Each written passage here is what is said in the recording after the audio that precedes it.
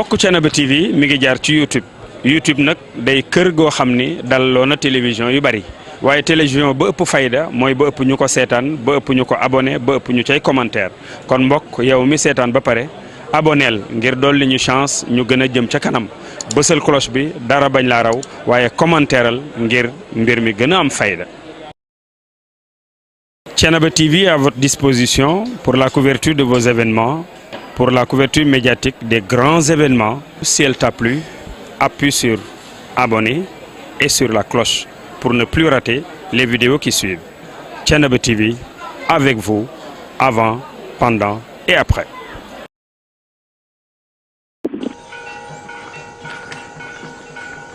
kon ma ngoog gis ngeen église baa ngi noonu mbokk yi église baa ngi noonu kii mooy Apopice ñu bàyyi ko xel yéen a ngi koy doog gis waxoon naa leen ko Apopice mi nag bokk na ci mooy ki nga xam ne moo gën a jige buur bu mag bi mën Amin Xawtib parce que moom moo yor lekkam waaw moom ak Binarus gis ngeen labbe bi moo sët nag ci ki nga xam ni mooy labbe bu mag bi kookoo sës ci wetam mooy bras droit moom tamit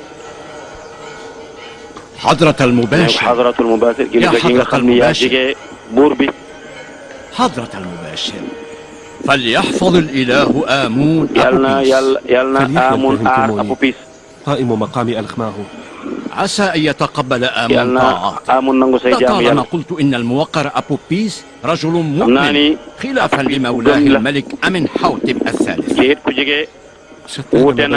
أمن حوتب أنت تعلم أن الملك يفوز على رتبة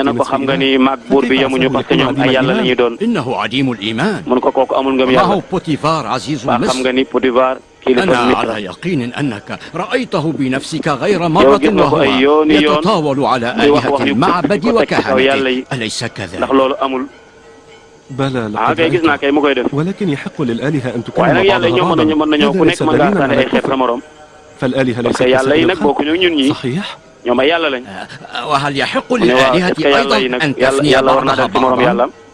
هذا من المحال من غير أمر أمن حوتب بوتيفار بمهاجمة المعبد وكهنته وتدمير إلهه.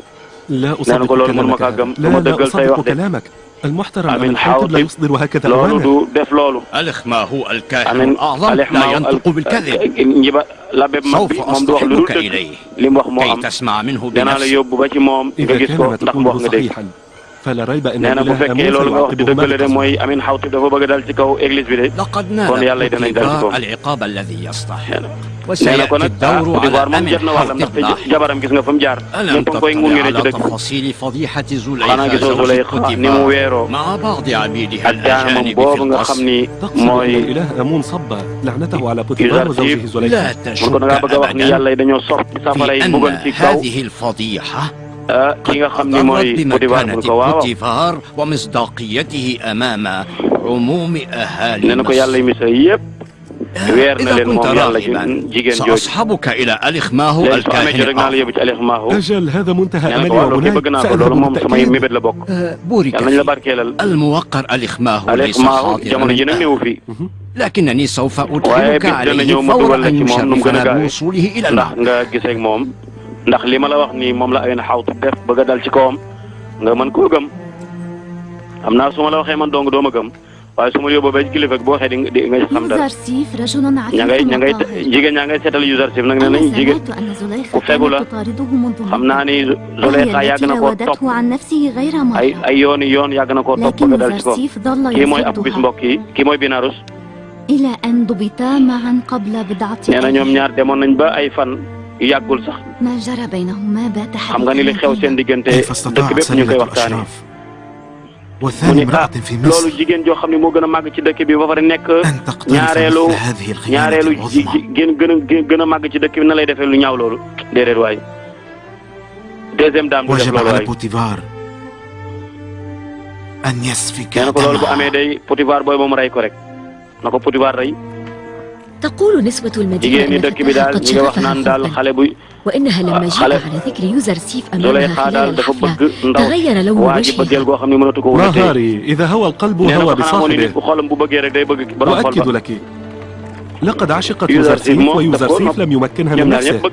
من البديهي حينها أن تفقد زليخة صوابها وتهجم عليه. أنا أكبر في يوزرسيف عفته وطهارته، ولكن لا يحق لأحد من العبيد أن يصد مولاته ويعصي أوامره، لا سيما إذا كانت جميلة مثل زليخة. دعك منها. لكنني صراحة أظن أن زليخة عوقبت على ما اقترفه بوتيفار.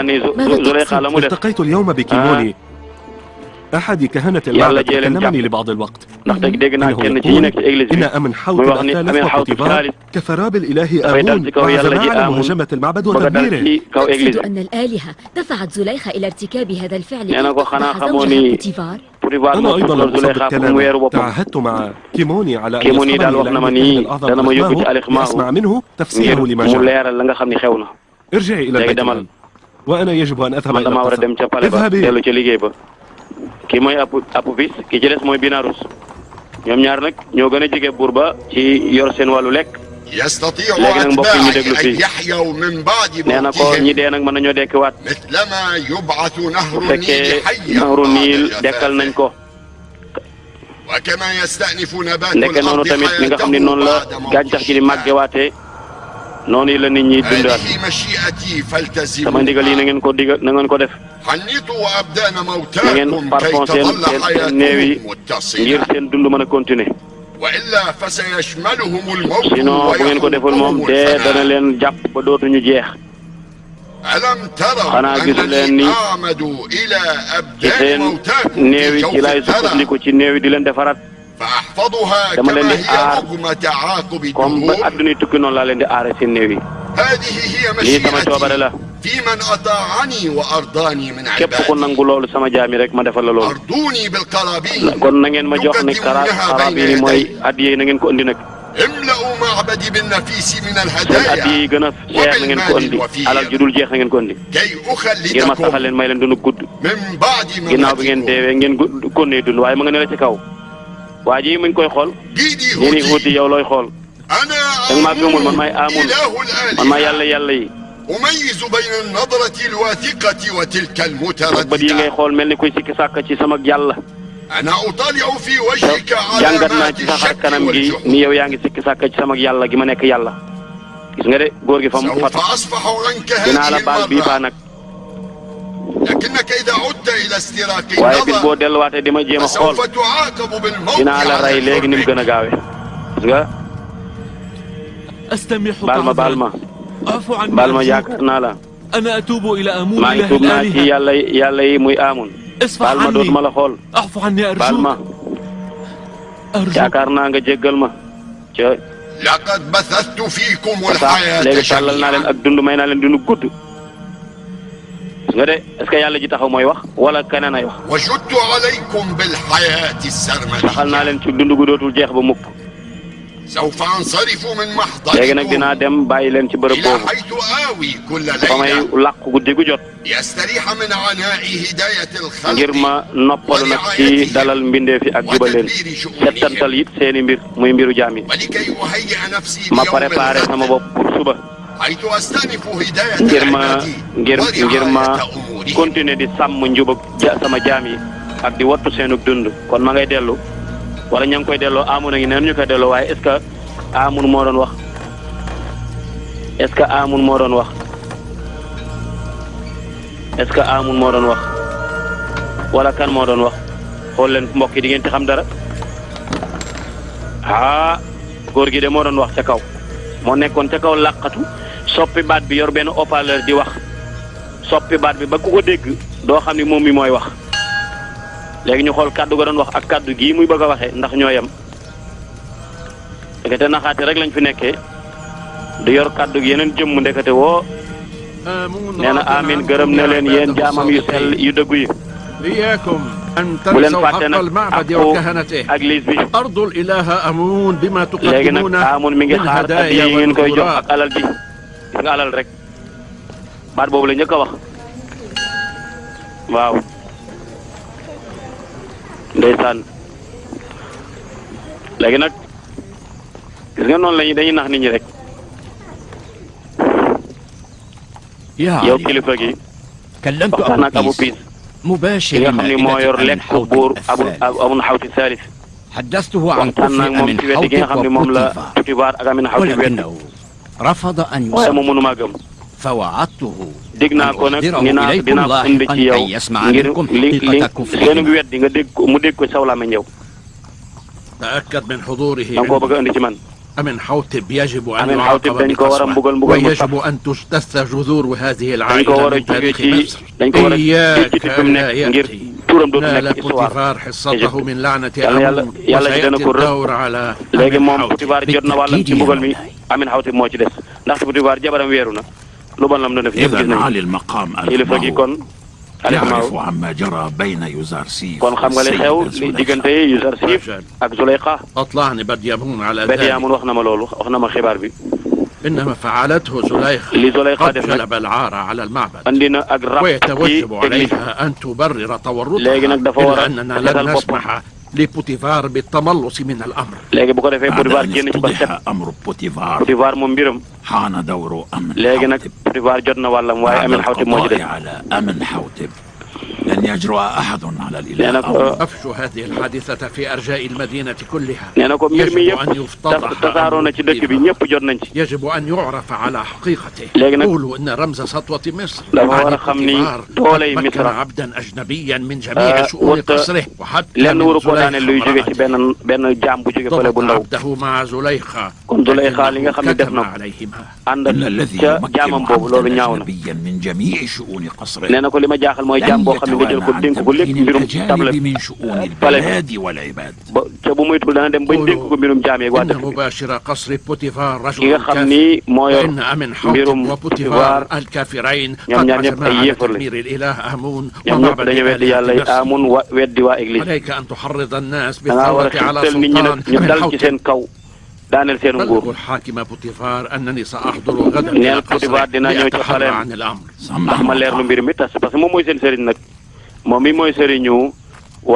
بوتيفار أن يسدد ثمن كفره ومعاندته. هل تعرفين عما يدور خارج هذه الحجرة؟ لما تسألين؟ وما الذي حصل؟ ما جرى بينك وبين يوزرسيف شاع وانتشر داخل القصر وفي كل أنحاء المدينة.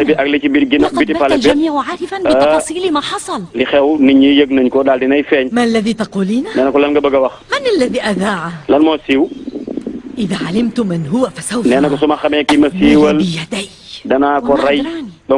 الحادثة التي يحضرها أكثر من شخص يستحيل أن تبقى سرا. كنت أرقب مثل هذا. خطر لي أن الشهود سيذيعون ما جرى في تلك الليلة. تاما وتياميني يوزرسيف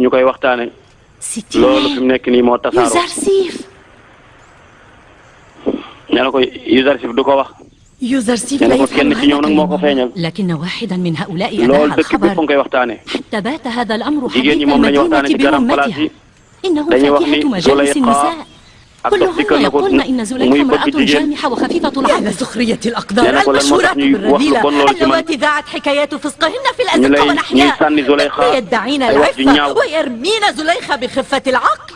لكن حكايات فسقهن ليست حديث المجالس، فلا ريب أن الناس يجملن وجوههن القبيحة بكثرة الحديث عن خبر زليخة. سوف أريهن ومعهن أهل المدينة حقيقة ما هن عليه، بحيث تطأطئن رؤوسهن خجلا من أنفسهن. سوف أبرهن لهن أن أي امرأة أخرى لو كانت مكاني لأثارت فضيحة أكبر مما فعلت بكثير. لقد وصل الخبر حتى إلى ويقال إنه غضب واستاء بشدة، فلترحمني برحمتها. أنا لا يقين أنه سيأتي إلى هنا لكي يؤنبني. فالوقر ألخماه سوف يأتي اليوم إلى القصر. أنا لا أجرؤ على مواجهته. يا آمون يا آمون ألخماه كان مسرورا صحيح؟ لا أنت مخطئ تماما. على المقام ألخماه كان حزينا وقلقا للغاية. لا بأس، فليشرفنا. هذا من دواعي سرورنا. أنت بمقدورك الآن أن تنصرف. léegi mën ngaa dem gis nga la mu ko wax mu ne xam naa Alioune Maaw kontaan na ndax li sama jabar def mu ne déedéet moom kay dafa am njàqare dafa am mbetteel wax dëgg ndaxte da doon ñëw di ko wax si nii Alioune Maaw nag dana fi ñëw. لطالما كنت عدوا للمعبد ومتصديا لاستبداد ألخماهو. nee na ba ma leen commencé ba ma nekkee seen noonu wan leen ginnaaw ba léegi ñoom tamit في قصري وأسكت على كلامه الجارح léegi nag man mu nekk sama noon ma war a dalal. لولا أنني أعشقك كثيرا لعاقبتك بكل قسوة. nee na ko bu dul woon li ma la bëgg danaa la mbugal mu tar. زوجة غيري لسلمتك إلى doon jabar جلادي keneen nga ku dul man dinaa la caw ba ngay لكن لا حيلة لي وأنت زوجة آمون أيضا. mënuma laa xawma benn pexe ndaxte doo sama jabar man dong waaye jabaru amun nga tamit ak ma doon war kon ma doon wor. عليك أن تقدم القرابين بين يدي آمون وتسأليه الصفح عن جرائمه. lépp luy ay addiya na nga ko joxe ci amun jox ko ci kanamam comme ñoom niñ ko sàkkoo ndax loolooy aaree dëkk bi.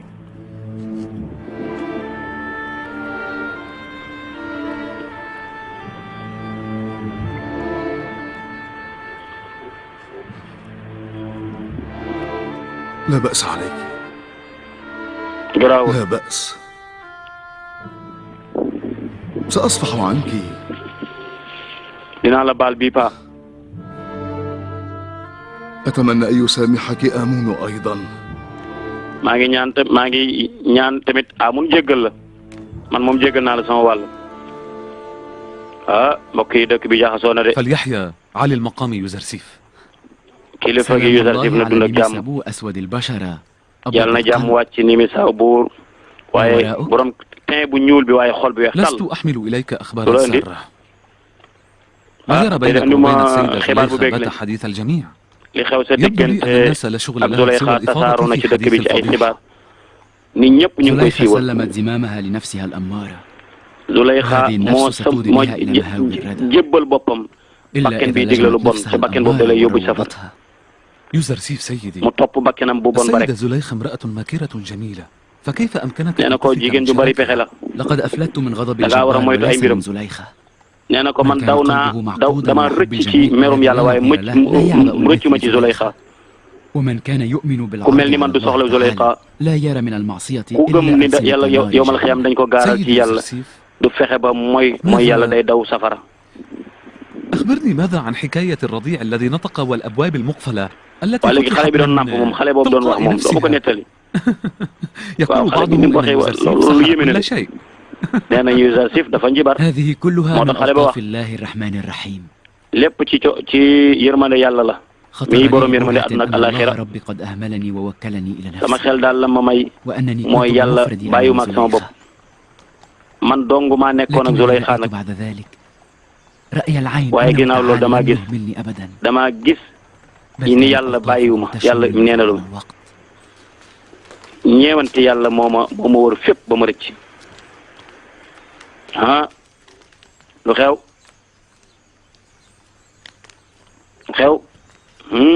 mel ne am na kilifa gu ñuy teeru de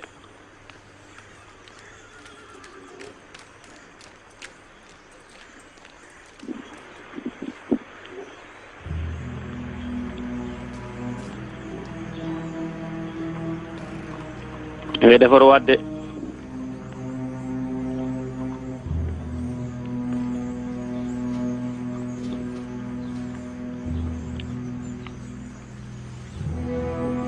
Alioune Maahu mooy ñëw kilifa ak église bi xam nga comme que Zuleyxa dañ koo boole ci jabaru yàlla yi Amun mu nekk ñaari jabar nekk jabaru Amun nekkaat jabaru Potifar donte Amun du lu loolu nga xam ni mooy aw xeer gis nga ñëpp sujjóot nañ ba mu des Yuusuf ndeysaan léegi nag moo tax ca kii comme que mooy sëriñ bi force spirituelle bi moo ko yor mooy seen sëriñ ñoom ñëpp donc ku ci def bàkkaar rek bu mag day ñëw nag daal di wax lu tax nga def ko ca it jabar buur moo ko def gis ngeen ñëpp rukkoo nañ ba mu des kan Yuusuf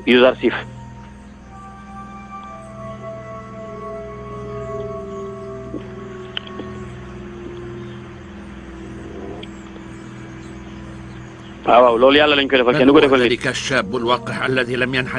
kan mooy xale bu ñàkk yar bële bañ a sujjóotal kooku la mooy waa ji la moom la Yuusuf la moom la waa ji ngay dégg la.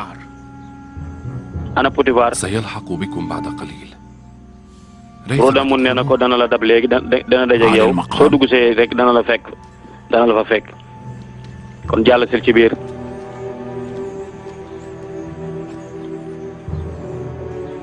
moom mooy seen guide spirituel mooy seenu sëriñ ndeysaan ñoom ci seeni doxalin jabaru buur bi day nekk jabaru yàlla xërëm bi maanaam day nekk jabaru Amun nekkaat jabaru nit léegi nag ñu ngi xaar Potifar pour mu ñëw lay nag li ñuy tuumaal jabaram ndax dëgg la wala déet. kilifa gi Potifar ak soxna Zuleyxa ñi ngi dugg si. ماذا جرى حتى رضي الموقر الأخماه الكاهن الأعظم ببلاد مصر أن يدخل إلى معبد قصرنا المتواضع؟ ñëw ci suñu église bi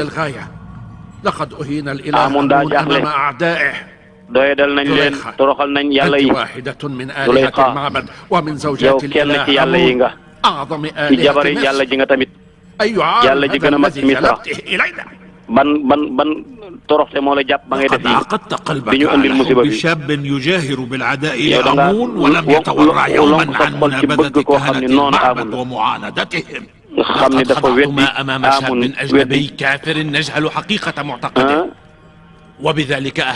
xale boo xam ni baaxul léegi ngeen doyadal Amun weccoo ko ab xale boo xam ne ab jàmm ñiy jaamu Amun yëpp danañu muñ lu nekk waaye lii mënuñu ko muñ. soo doon jabaru Potifar kon war nañ la duma yu metti waaye bu doon jabaru kii dong nga kii Potifar dong la ñu duma la waaye li nga nekk jabar yàlla jee tax xamuñu niñ def ak yow loo bëgg a wax.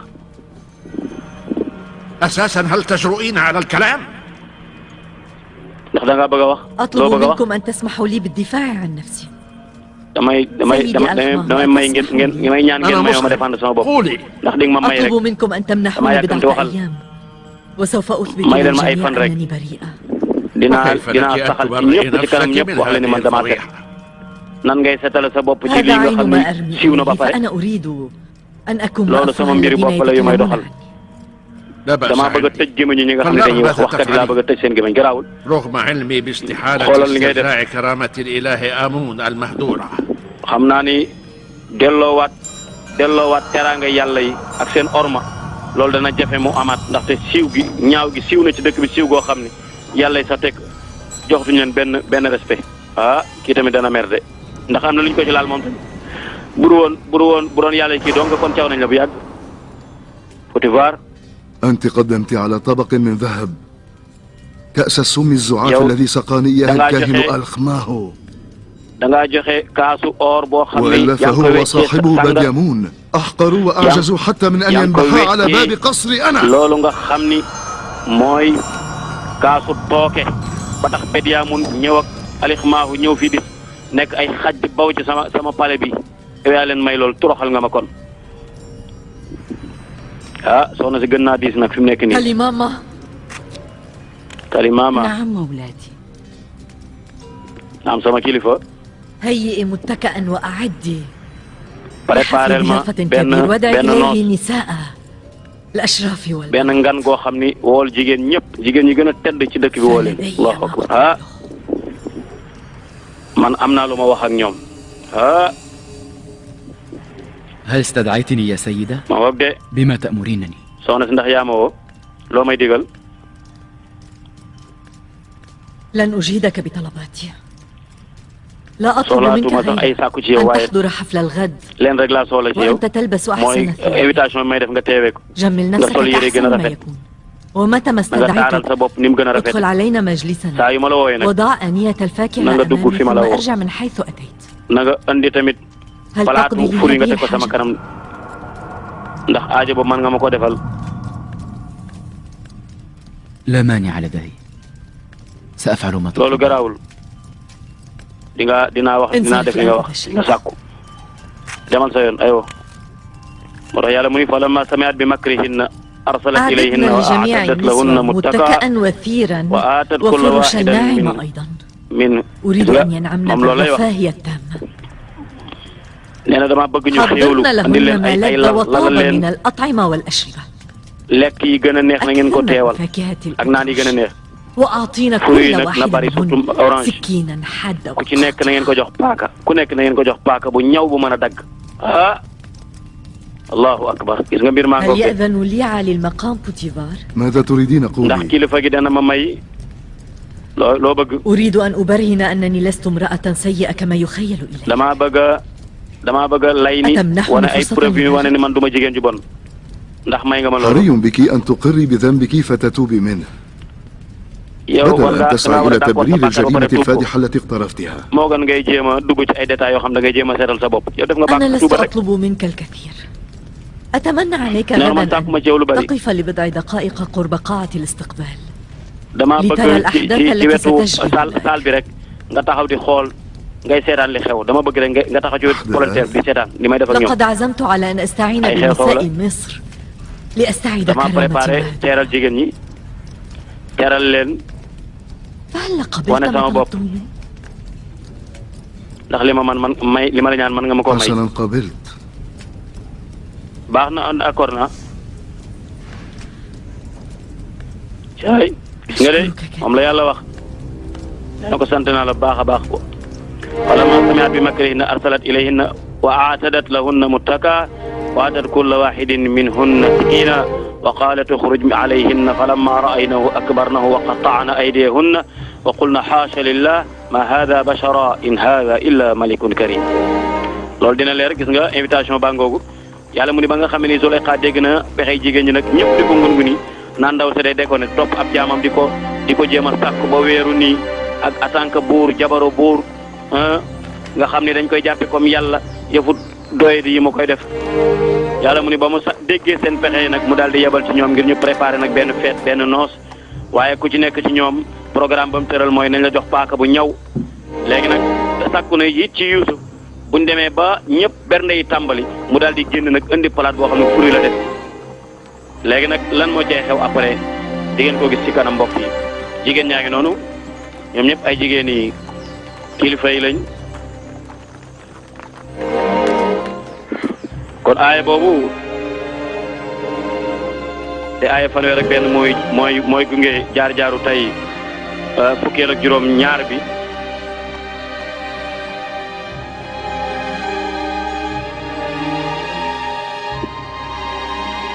ak aaya bi nga xam ne mooy aaya fukk ak fanweer ak ñaar te mooy bi yàlla wax ni qaalat fa dhalikunna alladi lumtunnani fii wa laqad raawattuhu an nafsi fasta'sam wala in lam yaf'al ma amuru la yusjananna wala yakuna min as-saghirin gis nga mi ngi noonu nag ndeysaan mbokk yi fu yéemee ngi nii nag jigéen ñaa ngi noonu di ñëw lal yu taaru yu xéewle lañ leen lalal gis ngeen moom tamit mu sol li nga xam ne mooy yére buur bi gën a màgg jigéen ñaa ngi noonu nee na man sax bëgguma woon a ñëw fii ginnaaw li nga xam ni def na ko ñëw ci kii sax ak toroxtaange la lay jural kenn waru fee teew nee ko man bëgguma ñëw bëgguma woon a ñëw fii waaye tamit weer gi ni ko waxtaan li xaw ci digganteem ak Youssouf loolu la nit ñi bëgg a xam loolu sax moo tax ma ñëw waaye man bëgguma woon a ñëw ku nekk yaa ngi wax bëggoo woon a ñëw ndaxte daf leen a toroxal ñoom jigéen ñi yàq na deru jigéen waaye nag suñ ñëwee fii tamit waxtaane affaire bi ku ci nekk xam li xew day tax mu gën a neex rek moo tax ñëpp a ngay reetaan da ngay wax gis nga de xat saxafa xubba inna lanaha fi dalal mubin soxna si daal mbëggeel moo ko yóbbee lii man kay damaa bëgg a gis Yuusuf moo ma tax a ñëw damaa bëgg a xam kook ki nga xam ne moo yëngal Zuleyxa ba mënta dal kooku laa bëgg a xam kon de war na fee nekk moom Yuusuf boo koy xool leen Yuusuf moom gis nga palaat ba mu teg moom lay war a génne ñëw dugg ci mbooloo mi sol ne la gën a su ma amoon fu ma daw daar bëri ci dinaa daw dem sama yoon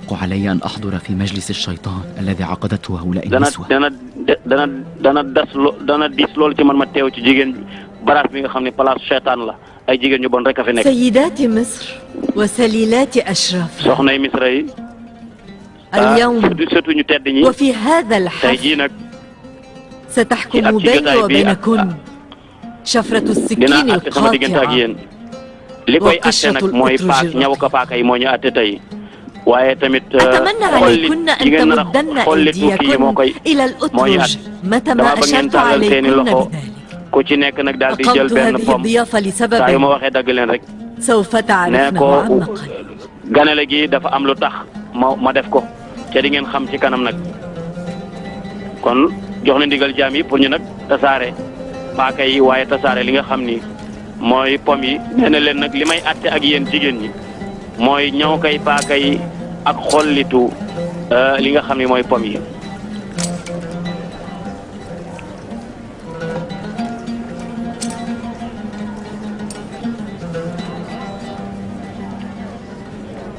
gis nga de wala yàlla wax mu préparé leen nag benn noos bu mag a mag daal di jox nag ku ci nekk nag paaka boo xam ne paaka bu ñaw la gis ngeen la mu waxoon buur ba buur baa ngi noonu nag di jàkkaarloo moom pour xool li xew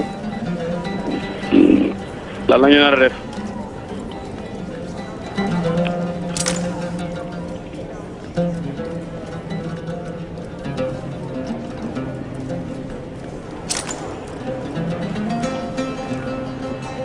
mbokk yi la yàlla waxoon ne inna kaydakunna azim jigéen ñi seen pexe dafa rëy comme que moom weeru woon na ba ñëpp xam ko léegi nag dëkk bi ñu koy waxtaanee léegi nag mu bëgg leen a wan lan moo ko joox ci Yuusuf lan moo tax mënta am seen sama gan yu tedd yi léegi nag mën ngeen a commencé nag jëfandikoo li nga xam ne mooy pom yi maanaam commencé leen a xolli jigéen ñi joomi nañ de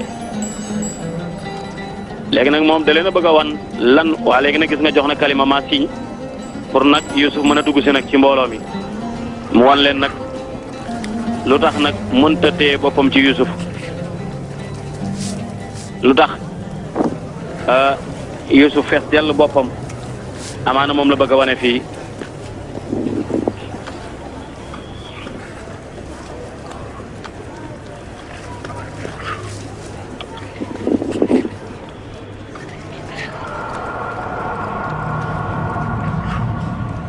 يوزرسيف ادخل علينا. Yuzarsif dugg sil allahu akbar ñëpp ñi ci bëri Yuzarsif bëggoon nañ koo gis ma ngoog mbokk yi ca taar ba te sikkim bu rafet ba yor hay ba muy taaru góor yàlla dëgg yonent bi waxoon ni bokk na ci mandargay góor yàlla sikkim bu taaru bu rafet ndaxte saa yu malaaka yi xëy rek danañ wax ni yàlla na yàlla ñi ngi bàkk yàlla di ko kañ di ko màggal moom mi taaral góor ji sikkim waaye taaral jigéen ci ween moo tax yonent bi sallallahu alayhi wasallam mu ni góor bu tollee fii ci sikkim moom waratu koo laal da ko war di toppatoo rek ndaxte bokk na ci sunnay yonent yi bokk na ci sunnay góor yàlla yi wat sikkim bokk na ci mandargay chrétien bokk na ci mandargay juif yonent mu ni kon dee leen gis nga jigéen ñi jommi nañu yonent mu ni dee leen bàyyi seen sikkim yi tey wat seen i yéen mbokk yi gis nga jigéen ñi jommi nañ ci taaru Yuusuf ba ña ngay commencé dagg seen loxo yee fàtte nañ ni orange la ñu yor taar ba ëlëm na leen fees na seen bopp yi jàpp ne seen yaram yi mi ngi daw ci seen i deret ndax taar bu mel nii góor gu rafete ni mosuñu koo gis allahu akbar xeet ñëpp jommi nañ gis nga seen bët yi mu taaru yor lu taaru it ndaxte plat bi niñ ko orné ak fruit yi dafa rafet waaye buur bi mi ngi seet yan mbir ci la Zuleyxa nekk waaye mbokk yi gis nga day ŋaang gis nga de deret yaa ngi noonu di sotteeku allahu akbar ña ngay dagg seen loxo yi wa qata'na aydiyahunna gis nga de moo tax yàlla mu ne wa qaala tuxruj alayhinna falamma ra'aynahu akbarnahu wa qata'na aydiyahunna wa qulna haasha lillah ma hada bashara in hada illa malakun karim ba Zuleyxa ne ayoo Yuusuf génneel dugg sil ci ñu gis la bala ko jigéen ñi gis rek mu ëpp seeni bët fuut seeni bët gis nga kii rafet na lool taaru na lool de ña ngay dagg seen loxo nag ñu ne kii daal du nit nee na musuma gis góor gu rafete nii ci sama dund wala ma ngay doog a seetlu ni moom loxo yi la doon dagg ñoom ñëpp gis nga ah mu ngoog de waxataana ay diixu ñu dagg seen loxo ya lan lañu wax ah xaasha lillah ma hada bashara ay waay yàlla jomb na ci yi waay lii daal kii daal du nit kii du nit de kii malaaka la kii malaaka bu tedd la innahu malakun karim kii du nit kii malaaka bu tedd la bal huwa ilahul jamal bi'aynihi kii kay yàlla la kii waxuma la malaaka waaye yàlla la léegi luy hada huwa al-ghulaam alladhi lumtunnani li annani xale bi ngeen mënoon yedde ngeen nii kii mooy xale bi ngeen mënoon yedde man mi maa ko doon sàkku nag allahu akbar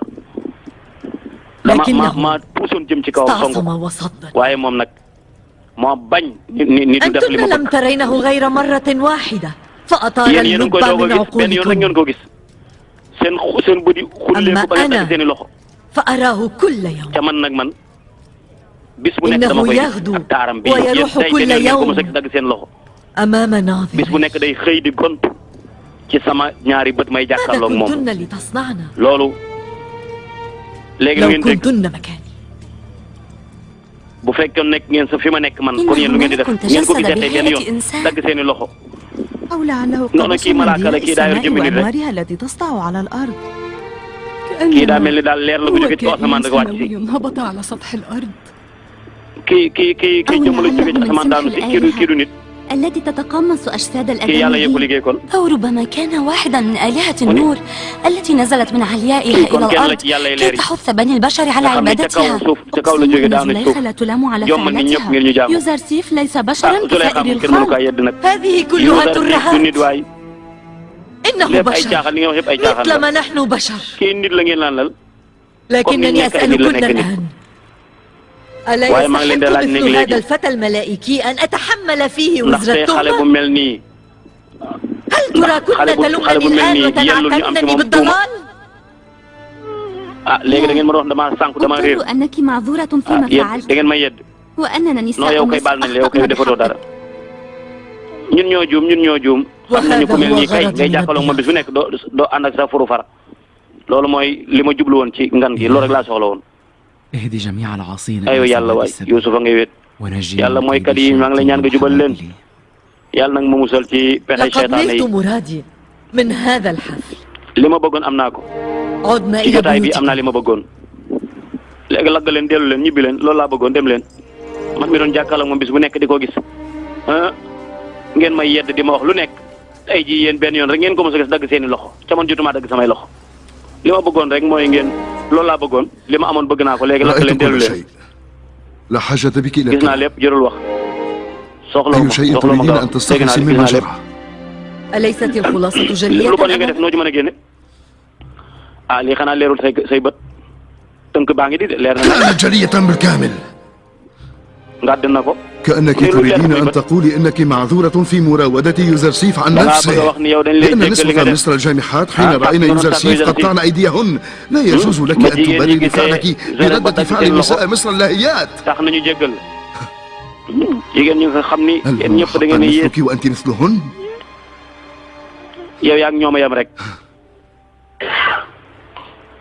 لماذا لا تتأسي بالعفيفات النقيات من النساء؟ jigéen ñu fegu ñoo xam ne war nañoo roy ci ñoom meluñu ni yow nga def ñaaw na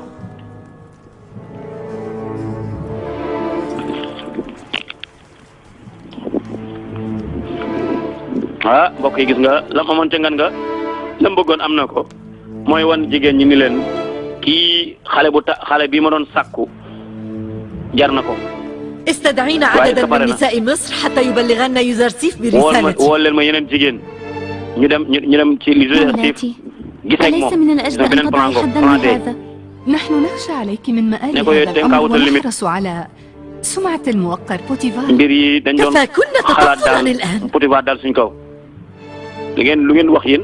عليكما أن توصلا رسالتي إليه افعلا ذلك مهما كلف الأمر. dem leen ci jigéen ñi. عليه أن يستسلم لمشيئتي وأن ينزل عند رغبتي. فإن أبى ولم يفعل ما أمره به سوف يكون من الصاغرين. الآن وقد هتكت حجب الحياء والعفة tey moom sama mbalaanum kersa dañ na dinaa xeex ak Youssouf ba keroog may jot ci moom kan ci jigéen ñi nga gis ni mën naa affronter Youssouf. اختاري منهن من كان تضحى تجوع على النطق بهذه الكلمات.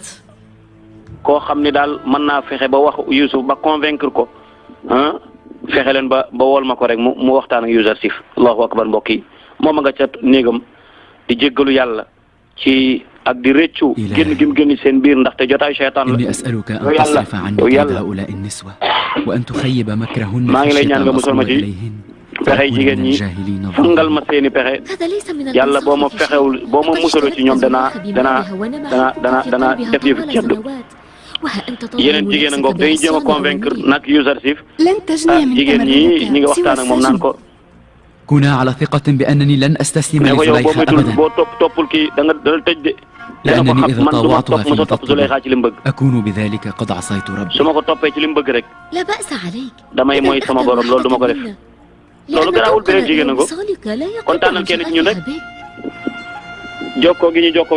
ينتفخكما من امرأتين.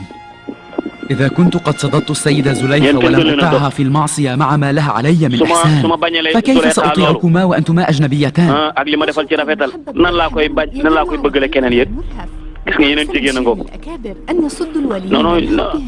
إذا كررتما على مسامع طلبكما بنيء جديد فسوف أجهر بالسوء من القول لألعنكما على مسمع من الخلق. يبدو لي أن الموقر يوزرسيف قد وطن نفسه على إصلاح العقاب.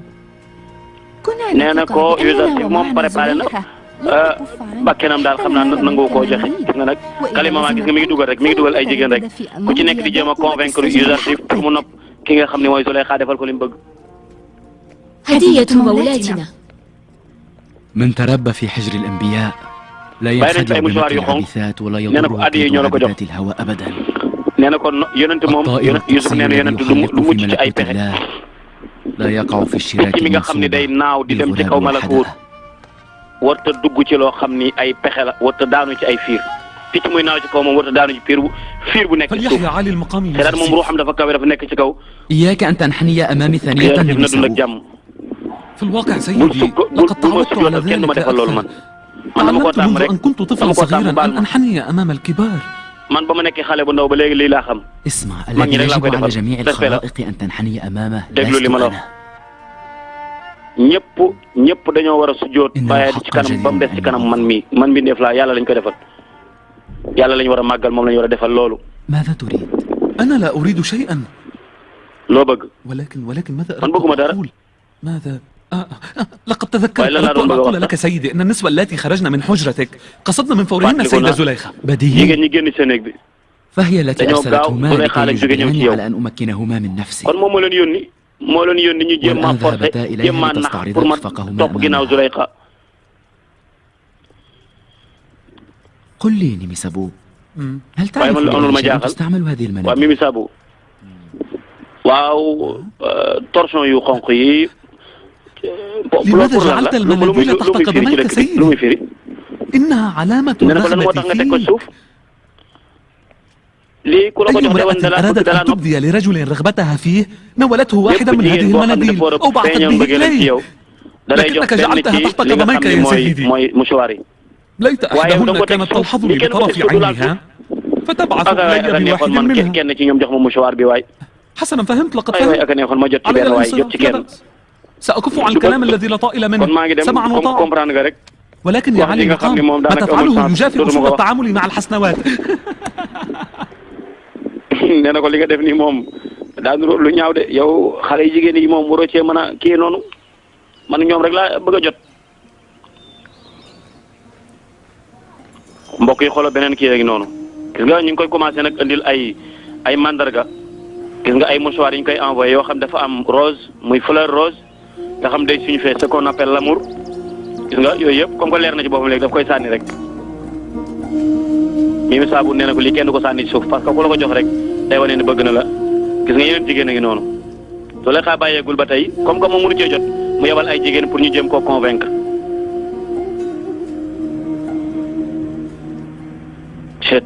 allahu akbar caay ndeysaan léegi jigéen ñi njëkk a yebal ñu jéem nañ koo convaincre pour mu nangool Zulaykha waaye bañ nañ Youssouf bañ léegi nag ñi neen groupe bi mu jëwoon a ñëw bàyyil ko fa ay mouchoir wane ni kon ñun dañ laa bëgg beneen groupe a ngi nii xoolal ñoom tamit tet